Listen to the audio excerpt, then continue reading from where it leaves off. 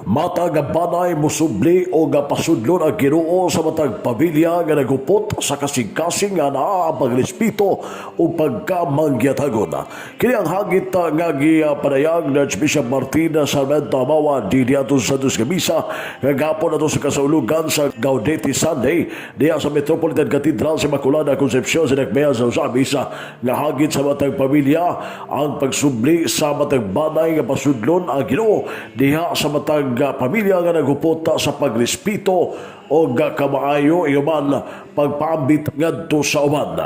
Gipayag sa Arsobispo nga maynugdanon kini nga Huptan sa matag banay nga Anaa gugma og kaloy nga naa Ginoo sa matag banay nga din sumapa sama sa Evangelyo kagapon nagapahinumdom si San Juan Bautista nga mahimong magmabungahon tungod sa pagkamaynusulon o mabalik ngadto sa Ginoo nga nagbunga o mga maayong bunga nga naa pagkamapambiton na higugma sa usag-usa o maluluyon o anda mo pasaylo si sigataw kung gihuptan kini sa matag pamilya ang banay nakasubli sa pagpuyo sa Ginoo sa ilang matag kinabuhi. Giatagan usab og pagdagan sa Arsobispo nga ang labing dakong gasa nga nadawat gikan sa Ginoo ang maayong panglawas. Busa ang ilamang nga mapasalamaton sa unsi na dawat nga grasya sa Ginoo ug dili maguol kung ano na mga butang nga wa pamahatag ang tanan sa Ginoo apan ang grasya nga nadawat ay paambit kini ngadto sa uban nga mga nagkinahanglan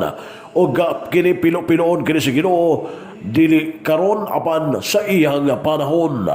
Yatagan usab og pagpasamo sa Arsobispo ang kaminungdanon kagapon sa kasulugan sa Gaudete Sunday nga mao ang Domingos paglipay nga mga kahuluganon kini pinaagi sa paghupot sa unsay gitudlo ni Saint John the Baptist nga naa ang gugma og pagkamagyatagon og dili magpaabot sa unsay ayuda og mutabang sa mga nanginahanglan labi na ang mga senior citizens labi na kadtong walay mga pensyon o mga nanginahanglan kaayo sa panabang.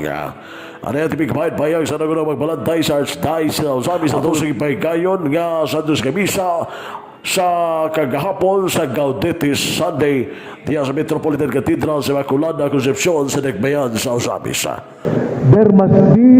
It must be renewed, the family must be renewed, and that everyone must respect every member of the family with love, with generosity and compassion. In that way, the family will be renewed. In this manner, we radiate the Messiah in us. Ask yourselves, do you radiate Jesus, the Messiah in your life as you interact with people? Today, the third Sunday of Advent, and known as Gaudete Sunday, meaning a Sunday to rejoice, becomes real and meaningful if we follow the advice of Saint John the Baptist. Alang sa DX, dili si Radyo Kampana, Radio Siman, W8 Manuel, Rod Kilisi, Yordan ang Sanabayan.